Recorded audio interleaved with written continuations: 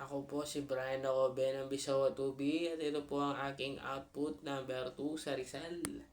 Letter A. Sino ang dapat sisihin sa nangyari sa relasyon ni Rizal at Leonor? Sa kabuuan, walang isang tao o partido ang maaaring sisihin ng lubusan sa nangyari sa relasyon ni Rizal at Leonor Rivera. Ang mga pangyayari sa kanilang buhay ay dulot ng iba't ibang salik tulad ng mga personal na desisyon, pangarap at konteksto ng kanilang panahon. Kanilang relasyon ay naapektuhan ng distansya o mga obligasyon at mga panlabas na persa gaya ng magulang ni Leonor at ang political na pangyayari. Sa letter B naman po isa, may dapat bang ginawa si Leonor Rivera para hindi sana nagkaganon ang istorya sa kanilang paglibigan? Si Leonor Rivera ay nagpakita ng tapat na pagmamahal kay Rizal sa kabila ng matinding hamon.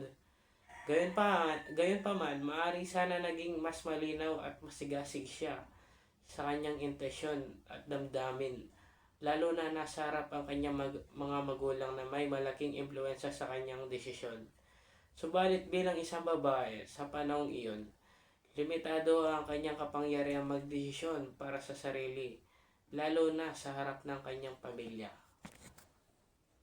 Letter C naman po is, may dapat bang ginawa si Jose Rizal para hindi sana nauwi ang ganong resulta ang kanilang love story? Si Jose Rizal sa kanyang kagustuhan na maglingkod sa bayan at itaguyod ang madigayan ng kalayaan ay nagdesisyon siya na ilaan ang kanyang panahon at kakayahan sa layuning ito. Maaring nakatulong kung naglaan siya ng maraming panahon at pag-uusap upang mapanatili ang kanilang relasyon sa kabila ng kanyang mga obligasyon at paglalakbay. Subalit ang kanyang misyon ay paninindigan sa mga prinsipyo, nagdulot ng mga sakripisyo, kabilang na ang kanyang personal na buhay. Third naman po is, masasabi bang modelo ng isang romantikong relasyon na nangyaring pag-iibigan ni Rizal at Leonor Rivera?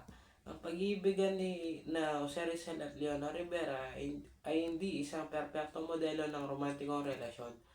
Ngunit isa itong halimbawa ng pagmamahal na puno ng sakripisyo at pagsubok.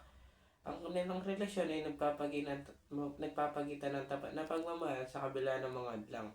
Ito ay isang paalala na ang pagmamahal na hindi laging nagtatapos sa paraang inaasahan natin. At ang mga desisyon ng bawat isa ay malaking epekto sa kalalabasan ng relasyon.